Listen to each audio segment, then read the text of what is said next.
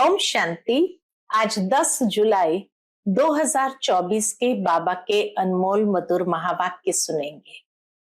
आज की मुरली में बाबा कहे, तुम बच्चे स्वतो प्रधान इस संसार में आए थे तो नेचुरल है अंत में जब जाएंगे तो स्वतो प्रधान बनकर के ही घर जाना है और उसके लिए स्वयं को आत्मनिश्चय करना है। जितना स्वयं को आत्मा समझकर निरंतर बाप को याद करने का अभ्यास करेंगे उतना ही सतो प्रधान बनते जाएंगे। तो बाबा कहे, जब यहाँ बैठते हो तो यहाँ भी देही अभिमानी होकर बैठना है। परंतु कोई कोई बच्चे फिर भी देह अभिमान में होते हैं, फिर जैसे ही महसूस करते तो 1 सेकंड में देही अभिमानी भी हो जाते, लेकिन पूरा समय देही अभिमानी होकर बैठे ऐसा हो नहीं सकता है। बीच बीच में देह अभिमान की स्थिति में भी आ जाते, फिर देही अभिमानी होकर के बैठते हैं।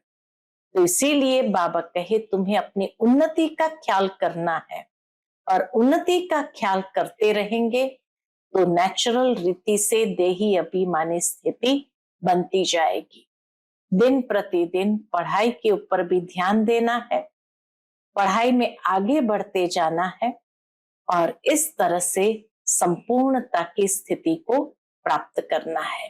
तो सुनते हैं आज के बाबा के अनमोल मधुर महावाक्य। ओम शांति।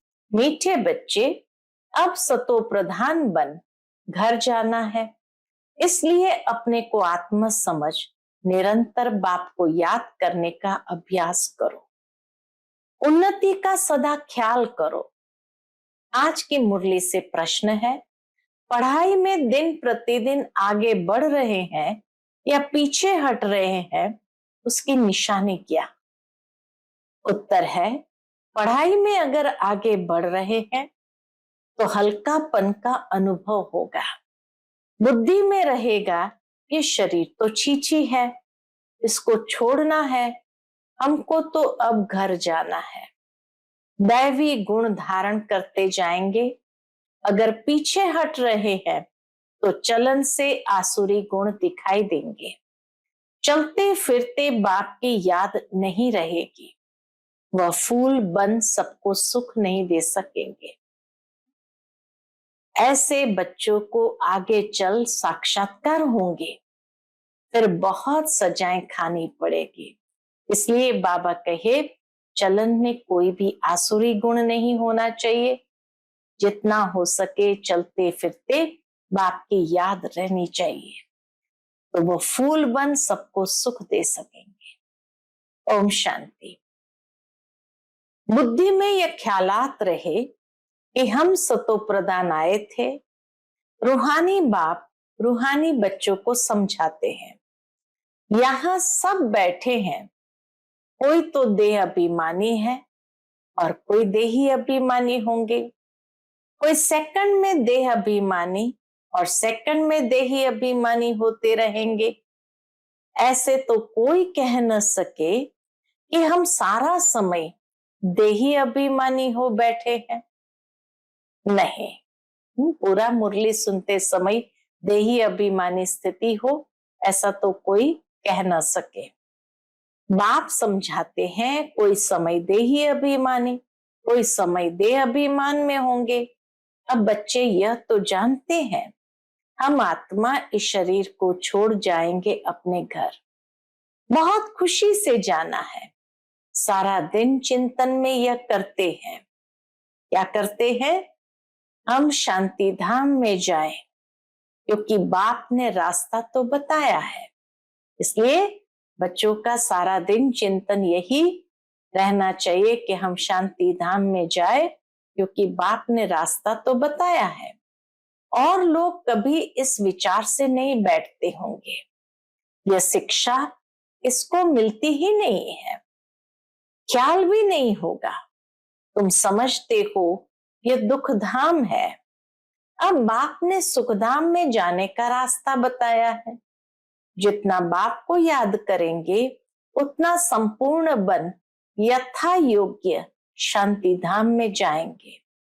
उनको ही मुक्ति कहा जाता है, जिसके लिए ही मनुष्य गुरु करते हैं। परंतु मनुष्य को बिल्कुल पता नहीं कि मुक्ति, जीवन मुक्ति क्या चीज है। बाबा कहे मनुष्य को ये बिल्कुल पता नहीं मुक्ति क्या है, जीवन मुक्ति क्या है, क्योंकि यह है नई बात। तुम बच्चे ही समझते हो। अब हमको घर जाना है। बाप कहते हैं याद की यात्रा से पवित्र बनो। तुम पहले पहले जब आए श्रेष्ठाचारी दुनिया में तो सतो प्रधान थे, आत्मा सतो प्रधान थी। कोई के साथ कनेक्शन भी पीछे होगा। आत्मा जब ऊपर से नीचे आती एकदम सतो प्रधान स्थिति में, फिर कोई के साथ कनेक्शन भी पीछे होगा। जब गर्भ में जाएंगे तब संबंध में आएंगे। तुम जानते हो अभी ये हमारा अंतिम जन्म है, हमको वापस घर जाना है। पवित्र बनने बिगर हम जा नहीं सकेंगे। ऐसे ऐसे अंदर में बातें करनी चाहिए, क्योंकि बाप का फरमान है उठते बैठते चलते फिरते बुद्धि में यही ख्यालात रहे कि हम सतो प्रधान आए थे, अब सतो प्रधान बनकर घर जाना है। सतो प्रधान बनना है कैसे? सतो प्रधान बनना है बाप की याद से, क्योंकि बाप ही पतित पावन है। हम बच्चों को युक्ति बताते हैं कि तुम ऐसे पावन हो सकेंगे। सारे सृष्टि के आदि मध्य अंत को तो बाप ही जानते हैं और कोई अथॉरिटी है नहीं। बाप ही मनुष्य सृष्टि का बीज रूप है। भक्ति कहाँ तक चलती है यह भी बाप ने समझाया है। इतना समय ज्ञान मार्ग, इतना समय भक्ति, यह सारा ज्ञान अंदर में टपकना चाहिए, अर्थात विचार सागर मंथन करना चाहिए। जैसे बाप की आत्मा में ज्ञान है, तुम्हारी आत्मा में भी ज्ञान है। शरीर द्वारा सुनते और सुनाते हैं। शरीर बिगर तो आत्मा बोल ना सके। इसमें प्रेरणा व आकाशवाणी की बात होती नहीं। भगवान वाच है। बाबा कहे भगवान वाच है तो जरूर मुख चाहिए। जब गीता में लिखा है भगवान वाच, तो जरूर कोई मुख के द्वारा ही वाच किया होगा। अगर आकाशवाणी होती तो भगवान वाच कह नहीं सकते। रथ चाहिए, घोड़े गाड़ी का रथ तो नहीं चाहिए, गधे घोड़े का रथ तो नहीं चाहिए। तुम भी पहले समझते थे कलयुग अभी 40,000 वर्ष और चलना है। अज्ञान नींद में सोए पड़े थे, अब बाबा ने जगाया है। तुम भी अज्ञान में थे, अब ज्ञान मिला है। अज्ञान कहा जाता है भक्ति को। अब तुम बच्चों को ये ख्याल करना है। क्या ख्याल करना है? हम अपनी उन्नति कैसे करें, ऊंच पद कैसे पाए, अपने घर जाकर फिर नई राजधानी में आकर उच्च मर्तबा पाए। उसके लिए है याद की यात्रा। अपने को आत्मा तो जरूर समझना है। हम सब आत्माओं का बाप परमात्मा है। यह तो बहुत सिंपल है, परंतु मनुष्य इतनी बात भी नहीं समझते। तुम समझा सकते हो कि यह है रावण राज्य, इसलिए तुम्हारी बुद्धि भ्रष्टाचारी बन गई है। मनुष्य समझते हैं जो विकार में नहीं जाते हैं वह पावन है। जैसे सन्यासी है, बाप कहते हैं वह तो अल्प काल के लिए पावन बनते हैं। दुनिया तो फिर भी पतित है ना। पावन दुनिया है ही सतयुग। पतित दुनिया में सतयुग जैसा पावन कोई हो नहीं सकता। वहां तो रावण राज्य ही नहीं, विकार की बात ही नहीं। तो चक्कर लगाते घूमते फिरते बुद्धि में यह चिंतन रहना चाहिए, बाबा में ये ज्ञान है ना। ज्ञान सागर है तो जरूर ज्ञान टपकता होगा। तुम भी ज्ञान सागर से निकली हुई नदियां हो। वह तो एवर सागर ही है, तुम एवर सागर नहीं हो। तुम बच्चे समझते हो हम तो सब भाई भाई है। तुम बच्चे पढ़ते हो वास्तव में नदियां आदि की बात नहीं। नदी कहने से गंगा जमुना आदि कह देते हैं। तुम अभी बेहद में खड़े हो। हम सब आत्माएं एक बाप के बच्चे भाई भाई हैं। अभी हमें वापस घर जाना है, जहां से आकर शरीर रूपी तख्त पर विराजमान होते हैं। बहुत छोटी आत्मा है, साक्षात्कार होने से समझ न सके। आत्मा निकलती है तो कभी कहते हैं माथे से निकली, कभी कहते आंखों से निकली, मुख से निकली। मुख खुल जाता है, आत्मा शरीर छोड़ चली जाती है तो शरीर जड़ हो जाता है। यह ज्ञान है। स्टूडेंट की बुद्धि में सारा दिन पढ़ाई रहती है। तुम्हारे में भी सारा दिन पढ़ाई के ही ख्यालात चलने चाहिए। अच्छे अच्छे स्टूडेंट के हाथ में सदैव कोई न कोई किताब रहती है, पढ़ते रहते हैं। बाप कहते हैं तुम्हारा ये अंतिम जन्म है, सारा चक्र लगाकर अंत में आए हो तो बुद्धि में यही सिमरन रहना चाहिए। धारण कर औरों को समझाना चाहिए। कोई को तो धारणा होती ही नहीं। स्कूल में भी नंबरवार स्टूडेंट होते हैं, सब्जेक्ट भी बहुत होती है। यहाँ तो सब्जेक्ट एक ही है, कौन सी? देवता बनना है। यही पढ़ाई का चिंतन चलता रहे। ऐसे नहीं पढ़ाई भूल जाए, बाकी और ख्यालात चलते रहे। धंधे वाला होगा, अपने धंधे के ही ख्यालात में लगा रहेगा। स्टूडेंट पढ़ाई में ही लगा रहेगा। तुम बच्चों को भी अपनी पढ़ाई में रहना है। कल एक निमंत्रण पत्र आया था बाबा के पास। कल एक निमंत्रण पत्र आया था इंटरनेशनल योग कॉन्फ्रेंस का। तुम उन्हों को लिख सकते हो। हाँ, बाबा कहे तुम उन्हों को लिख सकते हो। तुम्हारा तो यह है हठ योग, इसकी एम ऑब्जेक्ट क्या है, इससे फायदा क्या होता है। हम तो राजयोग सीख रहे हैं। परम पिता परमात्मा जो ज्ञान सागर है, वह रचयिता हमको अपना और रचना का ज्ञान सुनाते हैं। अब हमको वापस घर जाना है। मन मना भव, यह है हमारा मंत्र। हम बाप को और बाप द्वारा जो वर्षा मिलता है उसको याद करते हैं। तुम यह हठ योग आदि करते आए हो, इसकी एम ऑब्जेक्ट क्या है? हमने अपना तो बताया कि हम यह सीख रहे हैं। तुम्हारे इस हठ योग से क्या मिलता है, ऐसा रिस्पॉन्ड नटशेल में लिखना है। ऐसे ऐसे निमंत्रण तो तुम्हारे पास बहुत आते हैं।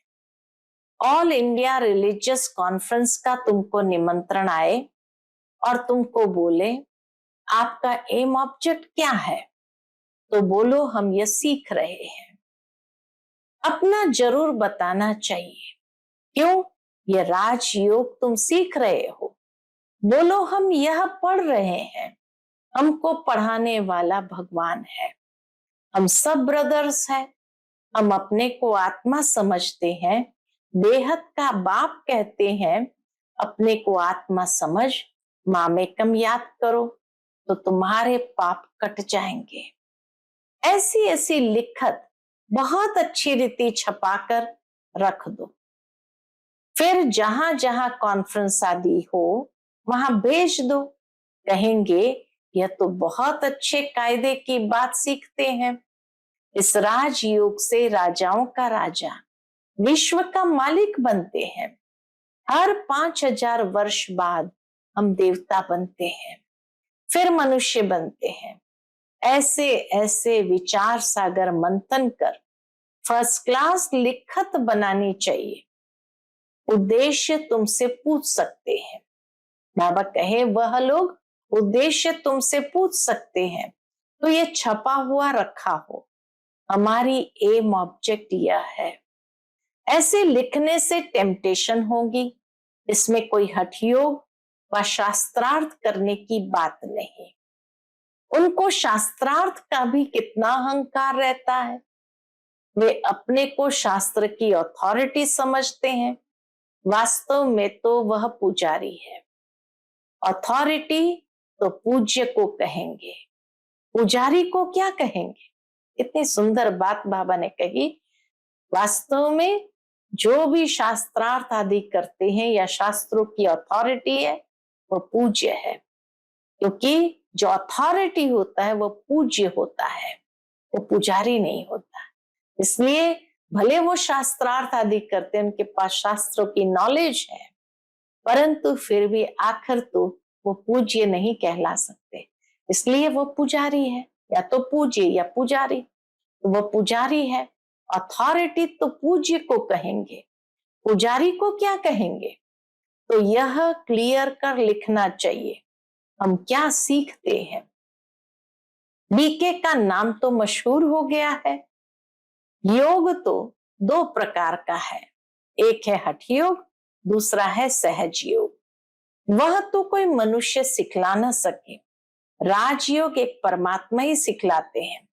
बाकी अनेक प्रकार के योग है मनुष्य मत पर।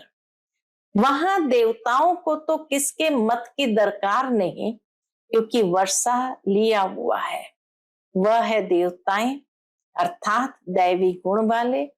जिनमें एक गुण नहीं उनको असुर कहा जाता है। देवताओं का राज्य था, फिर वह कहाँ गए। जो पूज्य होते हैं वो तो देवता स्वरूप में दैवी गुणों से संपन्न होते हैं, फिर वो कहाँ गए। 84 जन्म कैसे लिए, सीढ़ी पर समझाना चाहिए। सीढ़ी बड़ी अच्छी है, जो तुम्हारे दिल में है वह इस सीढ़ी में है। सारा मदार पढ़ाई पर है। पढ़ाई है सोर्स ऑफ इनकम, यह है सबसे ऊंची पढ़ाई, द बेस्ट। दुनिया नहीं जानती कि द बेस्ट कौन सी पढ़ाई है। इस पढ़ाई से मनुष्य से देवता डबल क्राउन बन जाते हैं। अभी तुम डबल सिरताज बनने का पुरुषार्थ कर रहे हो। पढ़ाई एक ही है, फिर कोई क्या बनते कोई क्या। वंडर है, एक ही पढ़ाई से राजधानी स्थापन हो जाती है। पढ़ाई एक ही है, लेकिन उसी से पूरी राजधानी स्थापन हो जाती है। राजा भी बनते तो रंक भी बनते, बाकी वहां दुख की कोई बात होती नहीं। मर्तबे तो है ना। यहाँ अनेक प्रकार के दुख है। फैमिन, बीमारियां, अनाज आदि नहीं मिलता, फ्लड्स आती रहती है। बल लखपति करोड़पति है। जन्म तो विकारों से ही होता है ना। धक्का खाया, मच्छर ने काटा, ये सब दुख है ना। किसी ने धक्का खाया, मच्छर ने काटा, ये सब दुख है ना। नाम ही है रो नर्क, तो भी कहते रहते फलाना स्वर्ग पधारा। अरे स्वर्ग तो आने वाला है, फिर कोई स्वर्ग गया कैसे। इसको भी समझाना तो बहुत सहज है। अब बाबा ने ऐसे यानी निबंध दिया है, बाबा ने निबंध दिया है। लिखना बच्चों का काम है, धारणा होगी तो लिखेंगे भी। मुख्य बात बच्चों को समझाते हैं। कौन सी मुख्य बात बाबा समझाते हैं। अपने को आत्मा समझो, अब वापस जाना है। हम सतो प्रधान थे तो खुशी का पारावार नहीं था, अभी तमो प्रधान बने हैं। कितना सहज है। पॉइंट्स तो बाबा बहुत सुनाते रहते हैं, तो अच्छी रीति बैठ समझाना है। नहीं मानते हैं तो समझा जाता है ये हमारे कुल का नहीं है। पढ़ाई में दिन प्रतिदिन आगे बढ़ना है, पीछे थोड़ी हटना है। दैवी गुणों के बदले आसुरी गुण धारण करना, ये तो पीछे हटना हुआ ना। बाप कहते हैं विकारों को छोड़ते रहो, दैवी गुण धारण करो। बहुत हल्का रहना है। ये शरीर छीछी है, इसको छोड़ना है। हमको तो अब जाना है घर। बाप को याद नहीं करेंगे तो गुलगुल नहीं बनेंगे, बहुत सजाएं खानी पड़ेगी, आगे चल तुमको साक्षात्कार होंगे। बाबा कहे आगे चलकर तुमको सब साक्षात्कार होंगे। पूछेंगे तुमने क्या सर्विस की है, तुम कभी कोर्ट में नहीं गए हो। बाबा ने सब कुछ देखा हुआ है, कैसे ये लोग चोरों को पकड़ते हैं, फिर केस चलता है तो वहां भी तुमको सब साक्षात्कार कराते रहेंगे। सजाएं खाकर फिर पाए पैसे का पद पा लेंगे। टीचर को तो रहम आता है ना, ये नापास हो जाएगा। हाँ, टीचर को रहम आता है चलन को देखते हुए कि ये नापास हो जाएंगे।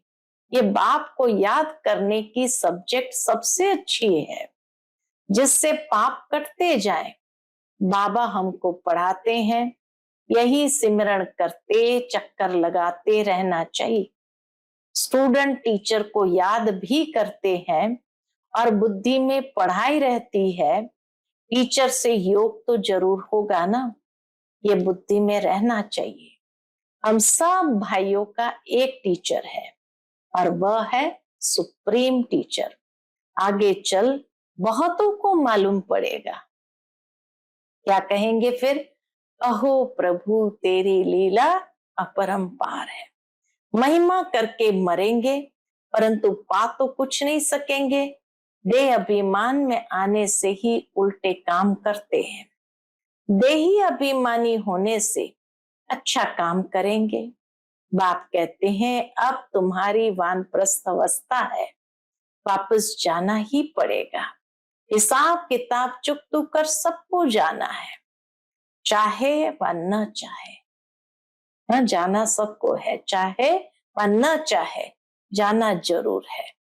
एक दिन ऐसा भी आएगा जो दुनिया बहुत खाली हो जाएगी, सिर्फ भारत ही रहेगा। आधा कल्प सिर्फ भारत ही होगा तो कितनी दुनिया खाली होगी। ऐसा ख्याल कोई की बुद्धि में नहीं होगा सिवाय तुम्हारे। फिर तो तुम्हारा कोई दुश्मन भी नहीं होगा। दुश्मन आते हैं क्यों? बाबा के दुश्मन आते हैं क्यों? धन के पिछाड़ी। भारत में इतने मुसलमान और अंग्रेज क्यों आए? पैसा देखा, पैसा बहुत थे, अब नहीं है तो अब और कोई है नहीं, पैसे ले खाली कर गए।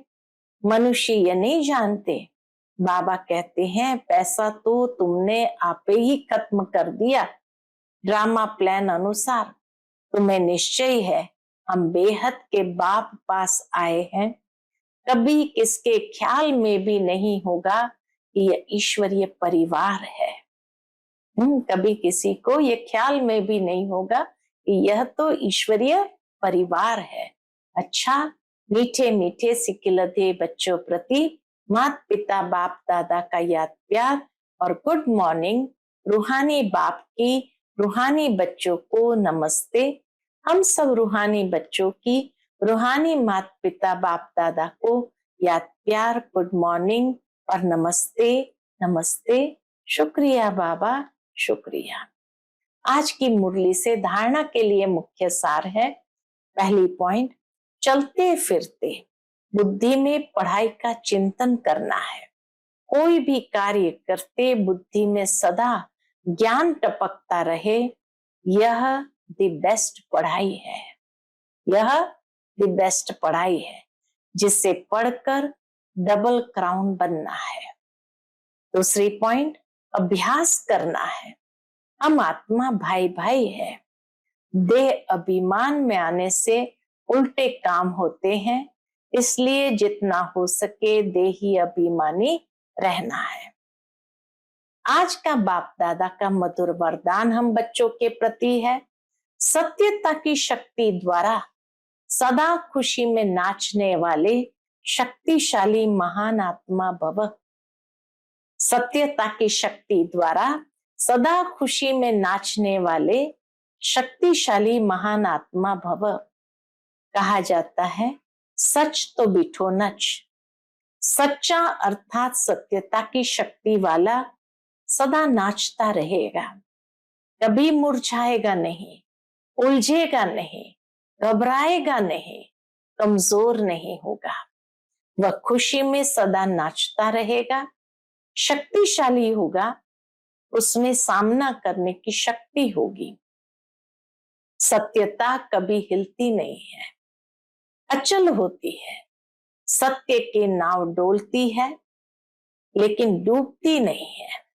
तो सत्यता की शक्ति को धारण करने वाली आत्मा ही महान है। आज का स्लोगन है, व्यस्त मन बुद्धि को सेकंड में स्टॉप कर लेना ही सर्वश्रेष्ठ अभ्यास है। व्यस्त मन बुद्धि को सेकंड में स्टॉप कर लेना ही सर्वश्रेष्ठ अभ्यास है। कभी भी मन बुद्धि अगर बहुत कारोबार में व्यस्त हो जाए तो एक सेकंड में बाबा कहे उसको फुल स्टॉप लगाओ। लेकिन ये फुल स्टॉप अचानक नहीं लगेगा। जितना जितना अभ्यास करते जाएंगे उतना लगता जाएगा। इसीलिए जितना हो सके ये अभ्यास करते जाए, ये एक सेकंड में आत्म बिंदु में स्थित हो जाए। अच्छा, ओम शांति।